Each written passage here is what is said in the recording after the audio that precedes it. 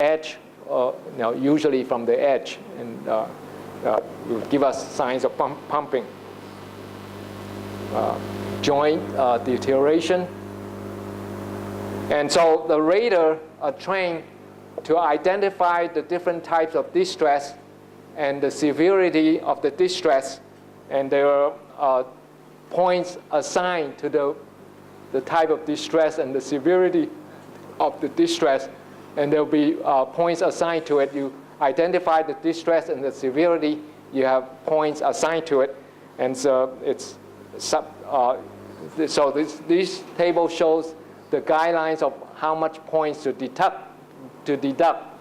Okay, in this case, it's deduct from a total of 100 points. Okay, so you subtract from 100 points, you end up with a rating that's from 0 to 100, and then this number is then divided by 10 to get back to a scale of 0 to 10. Okay, so the distress ratings are done it's done manually by raters. So the raters need to be trained, and not only trained, but they need to be trained so that the raters would give similar ratings. So they need to be calibrated with respect to one another, and this needs to be done every year. Every year they need to make sure that everybody would rate the same pavement and give the same number. Okay, this shows the summary of the pavement conditions under the condition of pavement under FDOT's jurisdiction. Okay. In year 2006 and 2007, this shows the miles that have been rated, and also the lane miles. Okay, so each miles of road may have 2 or 3 lanes. So these are the lane miles that have been rated. Well, out of all the lanes that have been evaluated, how many percent were considered to be deficient? Right? Well, anything that is less than 6 is considered deficient. Now we're showing the results here from year to year. You can see that, well, if you look at the latest data that I have, 2007, we had the right quality that is considered not acceptable. There's only 3.4%. Crack rating, 14.6%, considered to be deficient. But for rut rating, only 0.9% were considered deficient. If you look at the data here, you show that the Florida DOT pays more attention to rutting and ride quality and not as much attention to crack rating.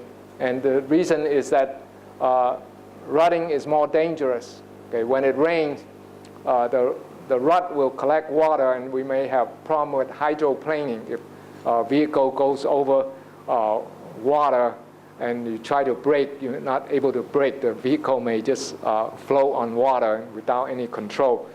So there's great effort is placed in safety, but not so much in cracking. And the reason we have so much cracking is because a harder asphalt is used to reduce rutting, and as a result, because of the harder binder use, we have more cracking. Okay, this is a plot of these 3 rating,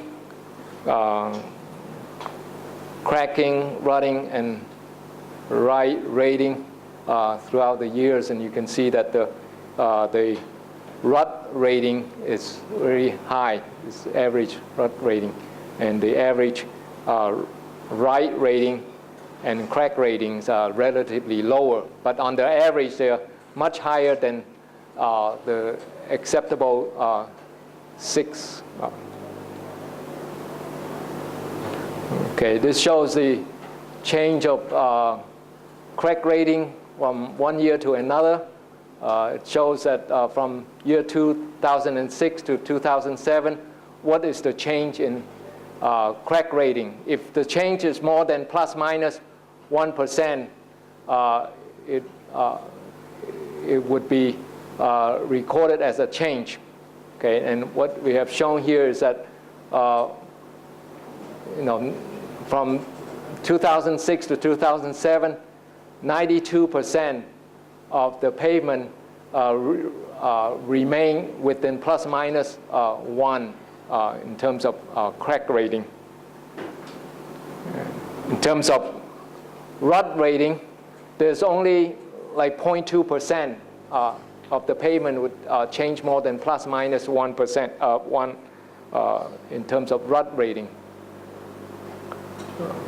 Ride rating, also very little change. Okay, only 0.1% would change more than plus minus 1 in terms of ride rating.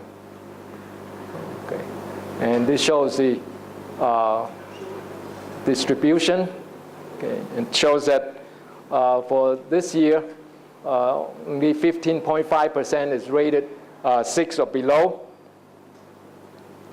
Okay, but in terms of rut rating, very low. Only 0.95% is rated below 6 or below. And ride rating, about 9% is below 6. Okay. Well, so we know that all the crack rating and distress ratings are now done manually, and it takes a lot of time. So some research efforts it's going into doing it automatically. Okay, here's a vehicle that they're experimenting with. The vehicle has the laser sensor in the front, but it also has camera in the front, and also camera that takes pictures of the pavement surface. So it has the camera gives a front view, side view, and also a downward camera which takes video pictures of the pavement condition. And there's also GPS system. Very important to have a lighting system. It has the profiler system, accelerometer, and the computer system. Okay, here's a forward and side camera, the lighting system, and the GPS that gives the exact location of the vehicle. And the laser profiling is similar to the other high-speed profiler. Okay, the accelerometer corrects the vertical movement of the vehicle.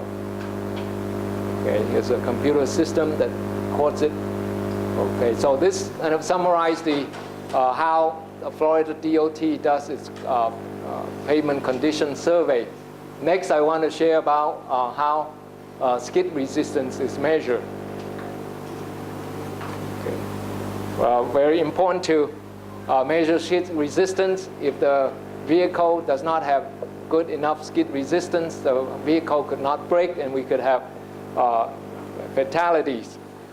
This is a statistics of 2006 in the United States. About in this year, about 42,000 people died as a result of traffic accident.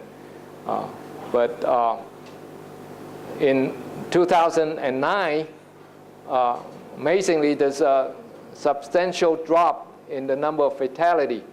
It's dropped to about 34,000, and the reason for the drop is because of the enforcement of the seatbelt law.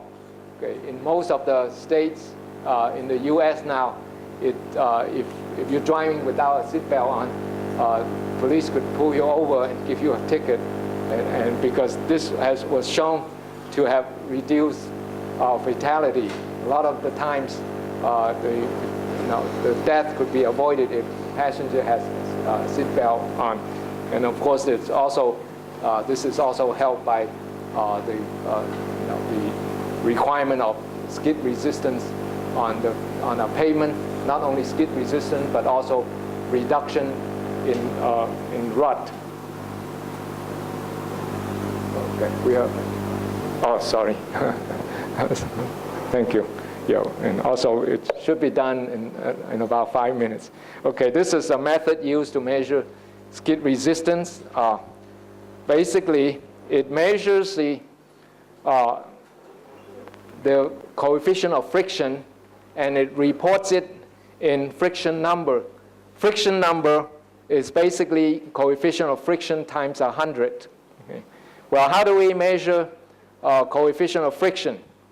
Well, if we look at this, I'll just look at the method here. This is the friction tester. Okay.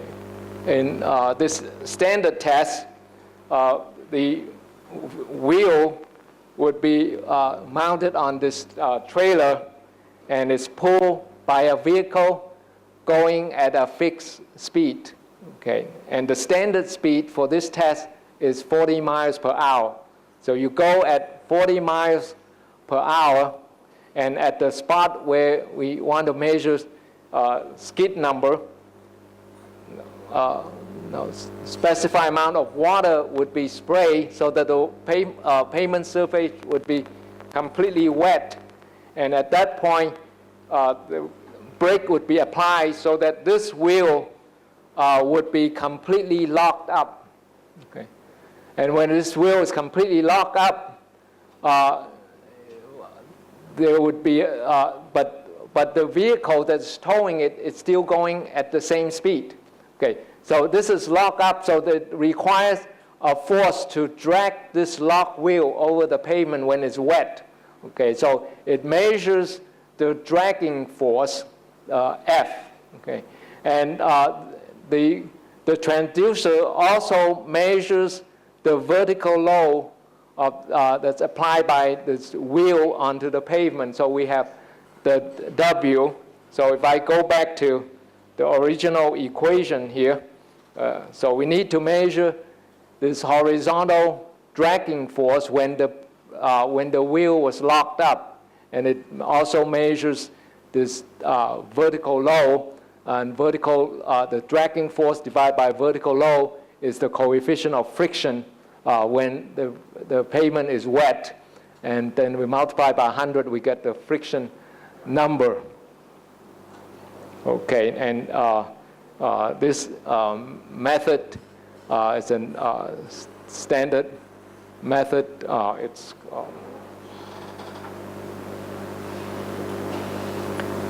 It's called the lock wheel tester, the friction tester. Well, what is considered an acceptable friction number? Okay. And as I said, the friction test is run at a speed of 40 miles per hour. So if it's obtained in this fashion, it would be denoted as FN40. Means it's a friction number measured at the standard speed of 40 miles per hour. Okay. Okay. And what is considered acceptable? Well, for high-speed highways, we want it to be at least 35. Okay. For lower-speed highway, at least 30. Okay. And this is at the wet condition. Usually, the pavement has no problem when it's tested dry. Okay, so you test it in wet condition. If it's less than 25, then the pavement may have a problem with skid resistance. If it's somewhere in between, then we have to investigate whether or not accidents are due to poor skid resistance. Okay, and similarly, the equipment needs to be calibrated every 30 to 45 days. The equipment, lock wheel tester needs to be calibrated and look at calibrated to determine whether or not we can the dragging force measure is correct. The calibration using force plate. Okay. Making sure that the water flow is accurate. Okay. There are 4 units that are used to evaluate all the payments under FDOT's jurisdiction. These units would be used to run over some reference test sections, and the friction number obtained on these reference test sections are then compared to one another. So we want to make sure that the different units would give us similar test results. Okay. And every year there are 4 units, and every year 2 of the unit would be sent to Texas Transportation Institute to be calibrated. Okay, so so each unit would be calibrated, at this place once every 2 years, but in-house every equipment is calibrated every year, and the equipment at Texas Transportation Institute will calibrate it with respect to the National Bureau of Standards. So everything could be traced back to the National Bureau of Standards. And here's the fleet of friction test vehicles operated by FDOT. So I managed to finish this. Predict the condition of the pavement in the future based on the current inspection result. Well, there's the prediction from year to year is very simple. You draw a straight line and you extend the straight line from year to year for a particular payment that is done. So if you plotted the right number from year to year without any other information, it's usually you just extended the line. The beauty of going from year to year is that if you extended the line for 1 more year, you're not going to be off by too much. Is Florida using right number, rating from 0 to 10? Is it applicable to all the states in the U.S. or only the Florida DOT use this quantity? Yeah, I believe that some states use PSI, because the ASHTO design guide is based on PSI. But when you have a scale from 0 to 10, it gives you a wider range, and you can see the difference a little bit easier as compared to a scale from 0 to 5. Okay, but I think your question is to do with what is the trend now. We have a new pavement design guide called the MEPDG, which is based on IRI and not right number of PSI, and so there has to be a switch from the right number to IRI. And so, but at this point, they are computing both the IRI and the right number, so the transition would be fairly easy because we have all the data on IRI. I know you are leaving us right after this session, right? Yes, yeah. I asked about the presentation, and the rest of the presentation is going to be in Thai, and I will not be able to contribute. So we asked to be excused after this lecture. Thank you very much. Thank you very much for allowing me the chance to visit this great university and to talk to you all. ก่อนอื่นเนี่ยผมขออนุญาตแนะนำดร.พิษเงียมนิดนึงนะครับตอนนี้ปัจจุบันท่านเป็น Senior Lecturer ที่ Curtin University ออสเตรเลียนะครับตัวท่านเองทำงานวิจัยทางด้านเกี่ยวกับ Pavement ทางด้าน East Australia ทั้งหมดนะครับร่วมกับProfessor Hamid นิคลาสนะครับก็เดี๋ยววันนี้อาจารย์จะมาพูดเรื่องเกี่ยวกับ specification of performance of recycled material in road pavement toll นะครับเดี๋ยวผมขออนุญาตเชิญอาจารย์พีรพงษ์เลยขอบคุณครับ ครับก็สวัสดีทุกท่านนะครับเปลี่ยนเวอร์ชัน